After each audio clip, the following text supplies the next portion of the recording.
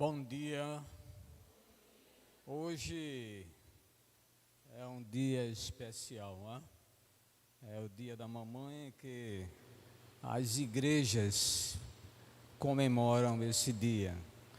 Na verdade, o culto que as igrejas sérias prestam a Deus pelo Dia das Mães não é um tipo de adoração a nenhum ser humano, mas Cristo disse: só ao Senhor adorarás e somente a Ele prestarás culto e louvor.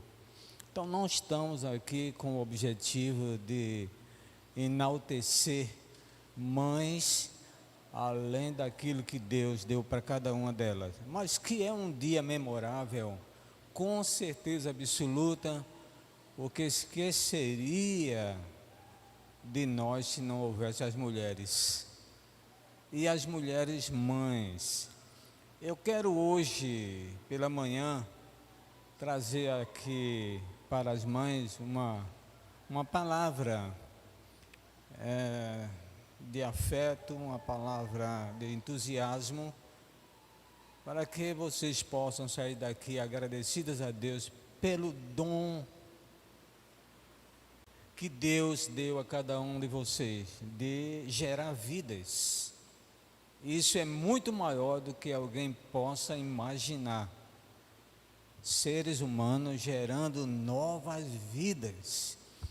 Isso é um dom de Deus e somente Ele pode fazer essas coisas. Então, ser mãe é uma bênção de Deus que faz com que você possa encher a sua casa de vidas. Eu tenho percebido que as pessoas ultimamente têm procurado encher a casa de cachorro e gato. É muito bom, não é? Um cachorrinho, eu tenho uma cachorrinha que é o meu xodó. Então, onde eu estou, ela está por perto, mas é diferente de ter filhos. Embora muitas vezes filhos dão muita dor de cabeça, mas graças a Deus pelos meus 2 filhos, geneticamente falando, e pelos 2 no meu coração, que é Sula e Bruno. Então eu agradeço a Deus por essa palavra que é dada à minha família e à minha esposa, que os criou com carinho, com amor, com afeto, mas também com a chibata, com a disciplina. Senão eles não teriam sido o que são, se não tivéssemos chegado junto.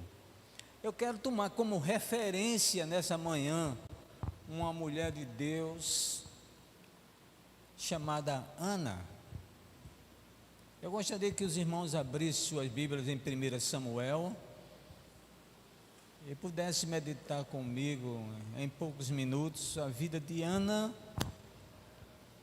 não restritamente a ela, mas ao Deus de Ana. No capítulo 1, no versículo 10, nós vamos encontrar alguns versículos que nos ajudam a entender a bondade e a misericórdia de Deus pelas mulheres. 1 Samuel capítulo 1, versículo de 10 até o 11.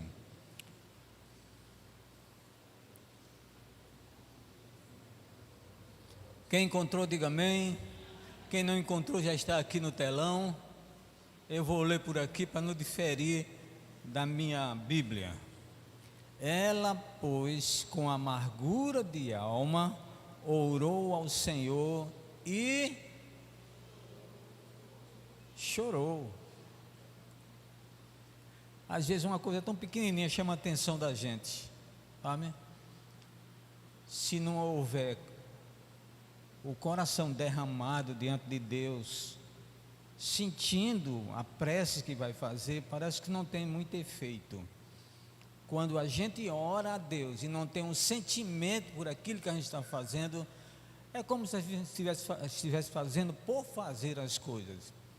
tem que haver uma contrição, um sentimento. E a Bíblia diz que Ana orou a Deus e ela chorou muito, não diz que era pouco, ela chorou muito. O versículo 11 diz assim, 1:11, vamos para a Bíblia. E fez um voto dizendo: ó Senhor dos exércitos, se benignamente atentares para a aflição da tua serva, e de mim te lembrares, e da tua serva não me esqueceres, mas a tua serva deres um filho, ao Senhor o darei por todos os dias da sua vida, e sobre a sua cabeça não passará navalha. Em outras palavras, o cabelo dele não seria cortado. Era uma promessa, era um voto dos nazarenos. Lembre que Jesus Cristo era nazareno. Uma das razões porque Cristo tinha o cabelo no ombro era porque Cristo era nazareno. O voto dos nazireus naquela época era não passar navalha na cabeça ou não cortar o cabelo do menino macho quando era consagrado ao Senhor. Jesus Cristo foi consagrado para uma obra específica. Sansão foi juiz e consagrado. Sansão também tinha o cabelo comprido. E quem assistiu o seriado de Reis na TV, fica até meio assim chateado, porque o profeta Samuel tinha o cabelo comprido. Quem assistiu sabe, eles foram fiéis ao que a Bíblia expõe ali. Samuel tinha o cabelo grande. E leva algumas pessoas a questionarem: por que a gente também não pode ter cabelo grande? Então, muitas vezes as coisas do passado não pode trazer para o presente, por conta de cultura. Essa é a razão. A cultura dos índios é andar nu. A gente vai andar nu? Claro que não. Não é nossa cultura, é a cultura dos índios. O cabelo grande era para aqueles homens consagrados a Deus naquela época, era a cultura dele. Não quer dizer que todas as pessoas que fossem nazireus tinham cabelos compridos, somente os consagrados ao Senhor. E Ana faz um voto a Deus ali naquele momento, dizendo: se Deus desse um filho a ela, ela não cortaria o cabelo dele por todos os dias que ele vivesse. Então, nós temos aqui uma passagem bíblica que nos ajuda a entender que Ana estava na dependência de Deus. Essa palavra que eu quero falar. Eu não quero enaltecer, nem fazer apologia da vida de Ana, mas da vida que Ana tinha com Deus. Isso é o que interessa para nós nessa manhã. Fazer com que as mães possam entender que não basta ser mãe, tem que ser uma mãe envolvida com Deus, na dependência de Deus. A mensagem desta manhã gira em torno disso, dependência de Deus. Porque uma mãe para criar um filho não cria sozinha, porque se as mães criarem filhos sozinhos, vai ser um problema. Mãe tem que criar filhos na dependência de Deus. E o que é dependência de Deus, irmãos? Orar pelo filho. O que é dependência de Deus, irmão? É educar o filho segundo a palavra.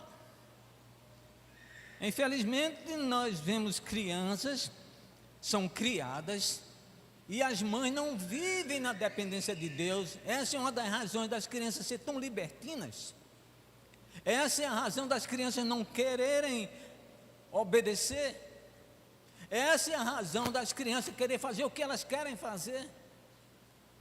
A criança deve ser amada, mas também deve ser disciplinada. A criança não faz o que quer.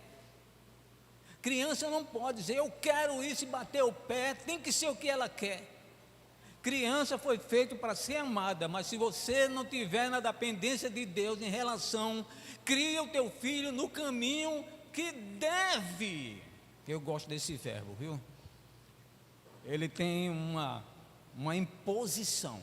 No caminho que deve andar. Não é no caminho que a criança quer andar, mas no caminho que Deus estabeleceu para que os pais e as mães pudessem criar os filhos. Ana vivia na dependência de Deus desde o dia que ela pensou em ter uma criança, em ter um filho. Ela desejava muito ter um filho, porque segundo a história, ela tinha uma rival chamada de, como é o nome dela? Penina. Penina era uma bronca. Penina era um problema na vida de Ana.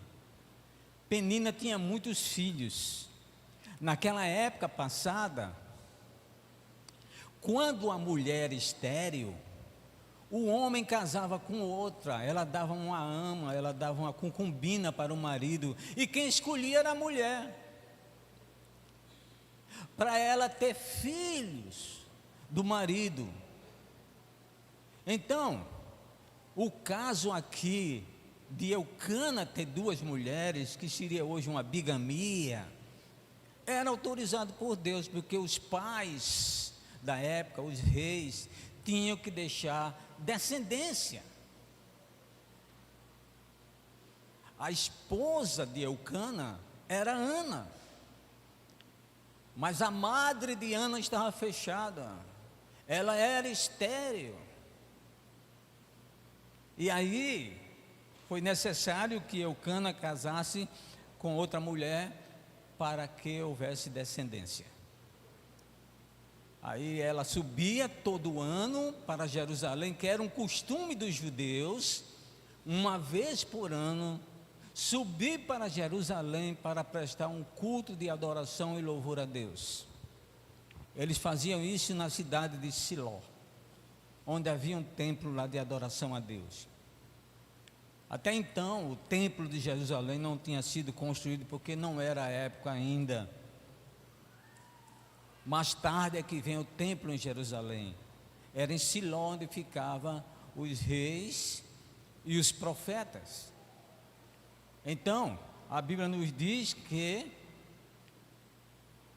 Penina, a concubina do marido de Ana, de Eucana, fazia pouco a ela, satirizava com ela, fazia aquele jeito de menosprezar. Porque se tem uma coisa nessa vida que ninguém gosta, irmãos, é ser humilhado. Olha, pode ser quem for, se você humilhar, você vai receber o troco. A Bíblia diz que Ana era humilhada por aquela mulher. Agora, todo ano que ia para Jerusalém, lá vai Penina com um monte de filho e Ana sozinha. Que situação mais triste. Ela chega lá no templo e ela pede a Deus, ela roga a Deus. É quando a gente fala aqui, que citou o versículo 10, dizendo que ela chorava muito orando a Deus. Ela se derramava em lágrimas. Mas ela chorava, ela pedia com tanta instância a Deus, que o profeta pensou até que ela estava embriagada numa das colunas do templo. Deus ouviu a oração de Ana e deu a ela um filho chamado Samuel. Qual é a lição para nós nessa manhã, para as mães? Em primeiro lugar, mães têm que orar pelos filhos. Eu já falei isso aqui, eu vou só adoçar um pouco. Minha mãe teve 10 filhos. Morreu a branquinha, ledinha, dos olhos verdes, puxava a minha avó, os olhos azuis. A minha avó era branquinha feito leite. os olhos azuis. Era a única irmã que eu tinha dos olhos azuis. E ela faleceu com 2 anos de idade. Me lembro disso como se fosse hoje. Minha mãe criou 9. Lá em Vitória nós fazíamos parte de uma igreja batista. E nós tínhamos uma irmã chamada irmã Lia Rodrigues. Irmã Lia Rodrigues é a esposa do dono da fábrica Cativa, lá de Vitória, Santo Antão. E ela um dia chegou para a mamãe e disse: Irene, o que foi que tu fizesse para teus filhos estar todos na igreja? Porque os meus, nenhum. E ela teve, me parece que 6 ou foi 7 filhos. Eu conheci todos.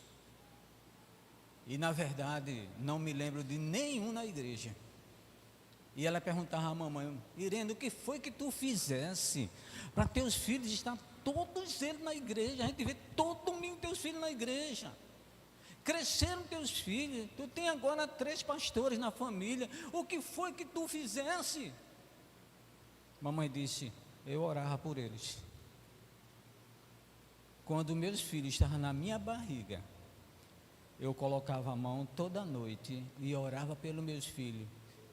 E eu cantava hinos de noite antes de dormir. Toda noite.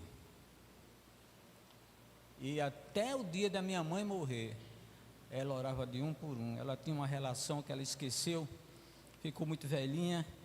E ela tinha um caderninho que ela botava o nome de tudinho. Quando ela ia orar, ela saía de um em um, dizendo o nome dos filhos. Todos estão na igreja até hoje. Uma mulher na dependência de Deus. Às vezes a gente quer criar do nosso jeito, quer criar da nossa maneira, impõe situações. Eu não gosto disso, eu não gosto daquilo, eu quero que seja assim. Gente, mães, fique na dependência de Deus. Com certeza vocês vão ter filhos melhores. Mães que oram pelos filhos, evidentemente vai acontecer algo interessante na vida deles. Uma outra coisa, que Ana dá a gente um espelho para que as mulheres possam imitá-la. Ela fez um voto para Deus. Quantas mães já que fez um voto para Deus? Pelo seu filho, pela sua filha. Sabe o que é voto, irmão?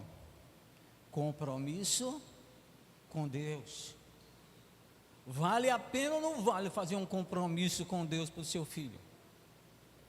Vale a pena, mas tem pais que não estão nem aí. Filhos são criados feito batata. Vai para o colégio, volta, vai para o colégio, volta. Você não sabe como é que seu filho está, com quem ele está, o que ele está fazendo, deixando de fazer. Às vezes o filho cresce no colégio, você nunca foi no colégio saber como é que é seu filho lá. Muitas vezes apresenta o filho na igreja e só é aquele dia. Nós estamos aí com a igreja cheia de criança e o número que chega é um pouquinho. Por quê, irmão? Porque pais e mães não faz votos a Deus. Eu quero, Senhor, criar o meu filho debaixo da tua vontade todos os dias da minha vida, irmão, até ele crescer, se tornar adulto.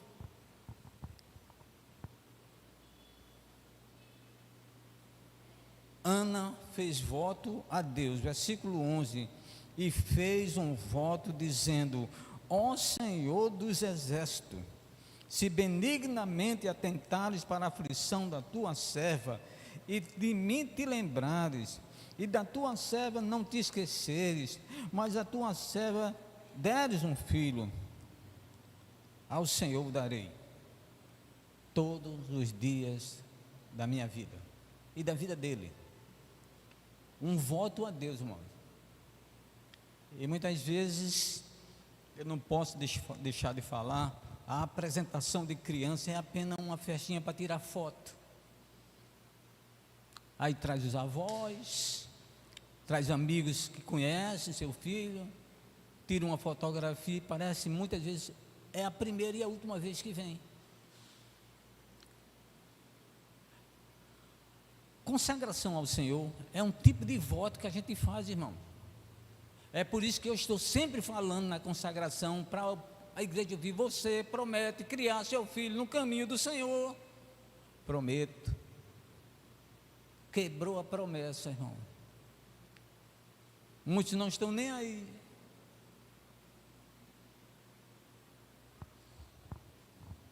Ana foi uma mulher que viveu na dependência de Deus, porque ela sabia que Deus podia ajudar ela. Só Deus podia fazer alguma coisa por ela. Em terceiro lugar, ela pediu um filho homem. Mas por que razão isso? Um filho homem?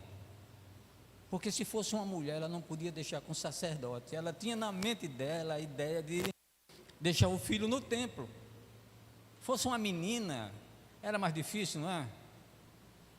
Eu quero um filho homem, Senhor. Eu quero deixar ele lá no templo. Eu quero deixar ele com o sacerdote. Eu quero que o Senhor abençoe ele lá.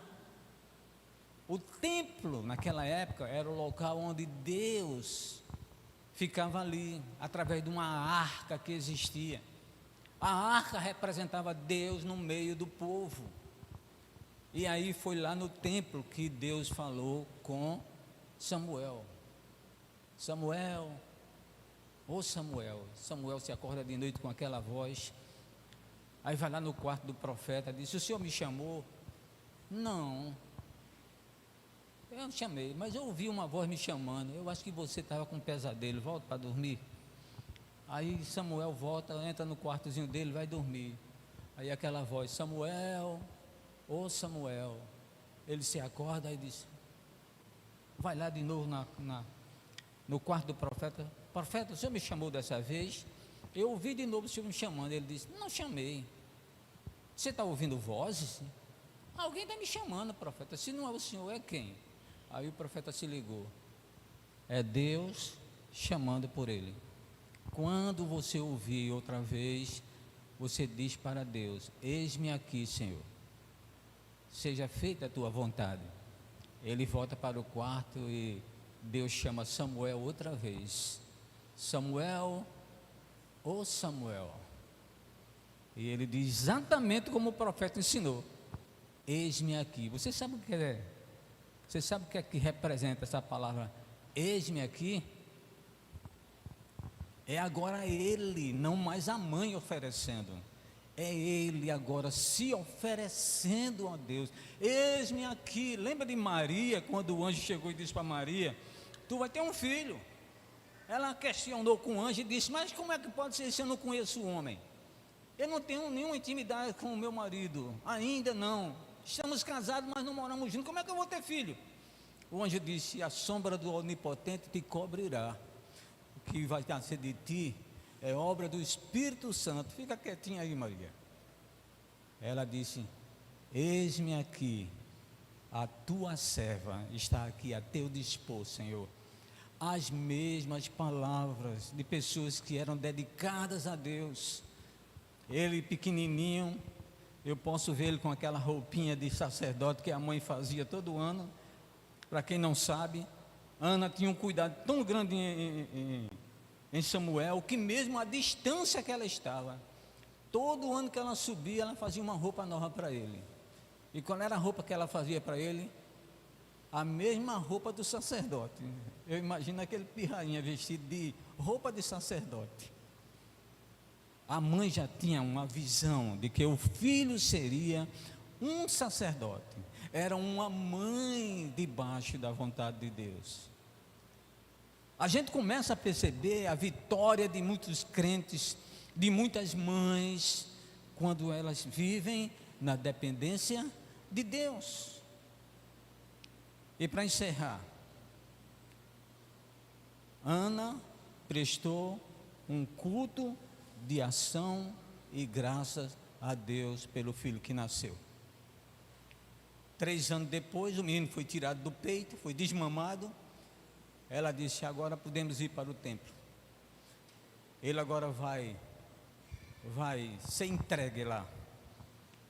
Ela pegou um novilho, pegou uma efa de farinha, Naquela época eles pegavam algumas coisas, dedicavam a Deus, era oferta ao Senhor. Quando chegava lá, eles degolaram o novilho, pegavam o sangue do animal e jogavam numa vassourinha, como se jogasse água na parede. Aí chapiscava de sangue. Aquilo ali representava o sangue de Jesus Cristo que havia de vir. A palavra se chama expiação. Quando ele pegava e jogava o sangue assim, expiar o pecado, tirar o pecado.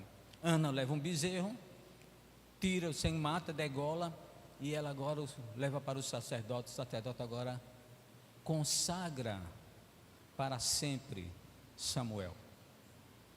E Samuel foi uma bênção. Você deve agradecer a Deus pelo seu filho, pela sua filha. Você pode até achar que seu filho e sua filha é ingrato com você, mas muitas vezes são eles que cuidam de nós quando a gente está velhinho, tiver velhinha, né? Aí velhinho, aí dá lá. Às vezes você xinga tanto aquele filho que é isso, é aquilo. É aquele que vai cuidar de você. Às vezes o bonzinho não cria, não cuida do velho. Quem cuida do velhinho ou da velhinha é aquele até que você maltratava.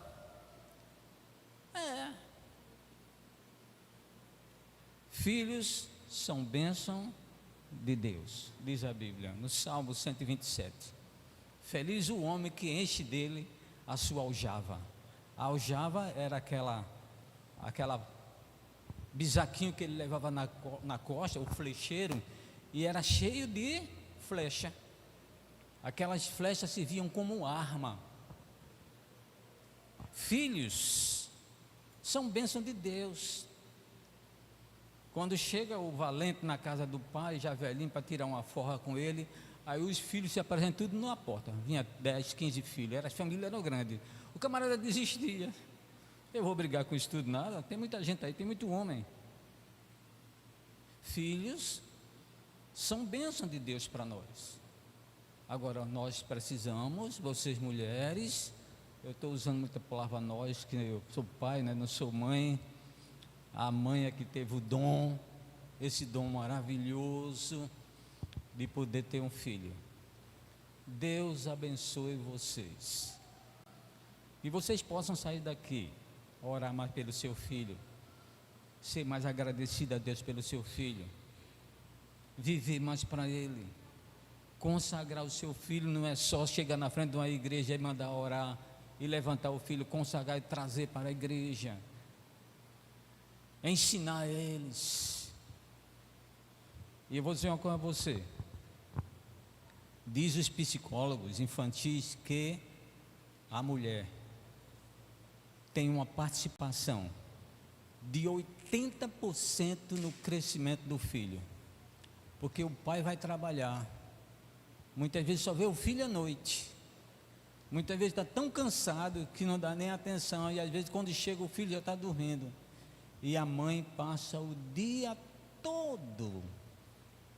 Mãe, não seja boba, não faça o que seu filho quer, seja um exemplo para eles, exija deles, ensine a palavra a eles, com um amor que só mãe tem, que eu não preciso falar. O amor de mãe é algo extraordinário, é tão grande o amor de mãe, que, como disse a minha esposa hoje de manhã, só quem sabe é quem é mãe, quem não é mãe ainda não sabe. Mãe sabe o que é amar filho. Que Deus se apropria dessa palavra mãe e diz assim para o povo de Israel. O amor dele era tão grande pelo povo judeu de Israel, que disse assim: mesmo que uma mãe esqueça do seu filho, eu ainda não me esquecerei de ti, ó Israel. Para comparar o tamanho do amor que uma mãe tem, é uma bênção, irmão. Deus abençoe vocês, mamães. Aproveite o dia de hoje. Que Deus abençoe a todas.